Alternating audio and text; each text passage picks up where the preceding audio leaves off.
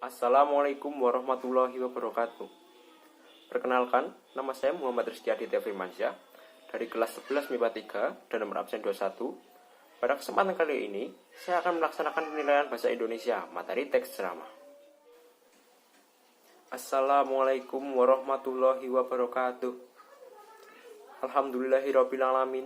Wassalatu wassalamu ala asrofil anbiya'i wal mursalin Sayyidina Muhammadin wala alihi washabihi ajmain amma ba'du.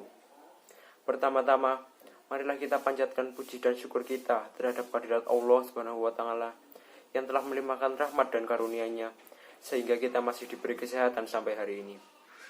Salawat serta salam tak lupa kita curahkan kepada suri tauladan kita, Rasulullah Muhammad sallallahu alaihi wasallam, dan semoga kita semua mendapatkan syafaatnya di hari akhir kelak. Amin amin ya rabbal alamin. Pada kesempatan kali ini, saya akan menyampaikan suatu uraian yang berkaitan dengan iman. Istilah ini seharusnya sudah banyak dikenal oleh orang-orang, khususnya umat Islam. Walaupun begitu, masih banyak yang belum memahami sebenarnya apa itu iman. Oleh karena itu, pada kesempatan kali ini saya akan mengulasnya lebih dalam untuk meningkatkan pemahaman para hadirin sekalian tentang iman. Hadirin yang berbahagia, sebelum kita mengulas lebih dalam, kita harus memahami terlebih dahulu definisi dari iman. Secara bahasa, iman bisa diartikan sebagai pembenaran hati. Sedangkan menurut istilah, iman berarti membenarkan dengan hati, mengikrarkan dengan lisan, dan mengamalkan dengan perbuatan. Untuk lebih jelasnya, membenarkan dengan hati berarti menerima segala apa yang dibawa oleh Rasulullah. Mengikrarkan dengan lisan berarti mengucapkan 2 kalimat syahadat. Dan mengamalkan dengan anggota badan berarti anggota badan mengamalkan dalam bentuk ibadah. Iman dan Islam merupakan 2 istilah yang berbeda. Jika kata iman dan Islam bertemu dalam satu tempat, maka Islam ditafsirkan sebagai amalan-amalan lahiriah, sedangkan iman ditafsirkan sebagai keyakinan-keyakinan batin. Tetapi, apabila istilah Islam dan iman dipisahkan, maka keduanya dapat ditafsirkan sebagai keyakinan dan amal. Iman seseorang tidak serta-merta akan selalu tetap. Namun, iman dapat bertambah maupun berkurang. Menurut kaum salaf, amal termasuk dalam pengertian iman, sehingga iman bisa bertambah ataupun berkurang seiring dengan bertambahnya ataupun berkurangnya amal seseorang. Selain bertambah dan berkurang, iman juga bisa dibatalkan jika seseorang terus melakukan maksiat karena ingkar atau dusta kepada Allah Subhanahu wa taala. Hadirin yang berbahagia, jika kalian mengetahui tentang iman, kalian juga pasti sudah familiar dengan rukun iman. Rukun iman dapat diartikan sebagai sesuatu yang menjadi tegaknya iman. Rukun iman jumlahnya ada 6, yaitu iman kepada Allah, iman kepada malaikat, iman kepada kitab-kitab Allah, iman kepada Rasul, iman kepada hari kiamat, dan iman kepada qadar dan qadar. Keenam rukun tersebut memiliki definisinya masing-masing.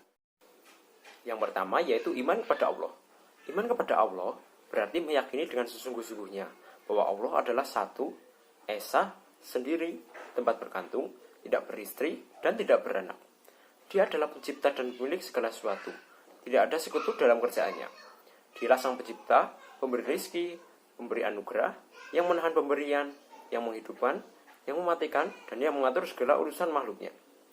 Allah Subhanahu wa taala merupakan satu-satunya yang patut disembah oleh manusia dengan cara beribadah kepadanya. Yang kedua yaitu iman kepada malaikat. Sebelum memahami definisi iman kepada malaikat, kita harus mengetahui terlebih dahulu apa itu malaikat. Menurut bahasa, malaikat diartikan sebagai risalah atau mengutus. Menurut istilah, malaikat didefinisikan sebagai salah satu jenis makhluk Allah yang ia ciptakan dari nur atau cahaya, khusus untuk taat dan beribadah kepadanya, serta mengerjakan semua tugas-tugasnya. Dari definisi tersebut, bisa diketahui bahwa iman kepada malaikat memiliki arti meyakini secara pasti bahwa Allah Subhanahu wa taala mempunyai para malaikat yang diciptakan dari nur, tidak mendurhakai apa yang Allah perintahkan kepada mereka, dan mengerjakan setiap yang Allah perintahkan kepada mereka. Yang ketiga yaitu iman kepada kitab-kitab Allah. Kitab bisa didefinisikan sebagai kalam Allah yang diwahyukan kepada Rasulnya agar mereka menyampaikannya kepada manusia dan yang membacanya bernilai ibadah. Iman kepada kitab Allah berarti membenarkan dengan penuh keyakinan bahwa Allah Subhanahu wa taala mempunyai kitab-kitab yang diturunkan kepada hamba-hambanya dengan kebenaran yang nyata dan petunjuk yang jelas. Dalam definisi tersebut disebutkan kitab-kitab karena memang Allah menurunkan lebih dari satu kitab, yaitu kitab Taurat, kitab Zabur, Injil, dan Al-Quran. Selanjutnya yang keempat, yaitu iman kepada para Rasul Allah. Sebelumnya, perlu diketahui bahwa Nabi dan Rasul memiliki perbedaan. Banyak orang yang menganggap bahwa Nabi dan Rasul merupakan hal yang sama. Namun sebenarnya tidak. Nabi didefinisikan sebagai seorang laki-laki yang diberi kabar atau wahyu oleh Allah berupa syariat yang dahulu. Ia mengajarkan kepada orang-orang di sekitarnya dari umatnya. Adapun Rasul didefinisikan sebagai seorang laki-laki yang merdeka, yang diberi wahyu oleh Allah Subhanahu wa Ta'ala dengan membawa syariat, dan ia diperintahkan untuk menyampaikannya kepada umatnya, baik orang yang tidak ia kenal maupun yang memusuhinya. Perbedaannya yaitu, kenabian merupakan syarat kerasulan. Jadi, orang yang bukan nabi tidak akan bisa menjadi rasul. Selain itu, nabi dan rasul juga memiliki tugas yang berbeda. Rasul membawa risalah kepada orang yang tidak mengerti tentang agama, atau kepada kaum yang telah mengubah syariat dan agama. Sedangkan nabi diutus dengan dakwah kepada syariat atau rasul sebelumnya. Setelah memahami perbedaannya, kita bisa membahas mengenai iman kepada Rasul. Iman kepada Rasul artinya membenarkan dengan yakin-yakinnya bahwa Allah Subhanahu wa Ta'ala mengutus seorang Rasul pada setiap umat untuk mengajak mereka beribadah kepada Allah semata, tanpa menyekutukannya dan untuk kufur kepada sembahan selainnya, serta kepercayaan bahwa semua Rasul adalah benar, mulia, luhur, mendapat petunjuk, serta menunjuki orang lain. Yang kelima yaitu iman kepada hari akhir atau hari kiamat. Rukun kepada hari akhir atau hari kiamat yaitu meyakini dengan pasti kebenaran setiap hal yang diberitakan oleh Allah Subhanahu wa Ta'ala dalam kitab sucinya, dan setiap hal yang diberitakan oleh Rasulnya, mulai dari apa yang akan terjadi sesudah mati, fitnah kubur, azab, dan nikmat kubur, dan apa yang akan terjadi sesudah itu, seperti kebangkitan dari kubur, mahsyar, syuhuf, hisab, mizan, haud, syirah, syafa'ah, surga dan neraka, seperti apa-apa yang dijanjikan oleh Allah Subhanahu wa Ta'ala bagi para penghuninya. Yang keenam, sekaligus yang terakhir, yaitu iman kepada qadar dan qadar. Bagi yang kurang familiar, qadar dan qadar bisa disebut juga sebagai takdir. Iman kepada qadar dan qadar ialah membenarkan dengan sesungguh-sungguhnya bahwa yang terjadi, baik maupun buruk, itu adalah atas qadar dan qadar Allah. Selain memiliki rukun, iman juga memiliki cabang. Berdasarkan penjelasan dari Rasulullah SAW, cabang yang paling utama yaitu tauhid, yang wajib bagi semua orang, yang mana tidak satupun cabang iman itu menjadi sah kecuali sesudah sahnya tauhid tersebut.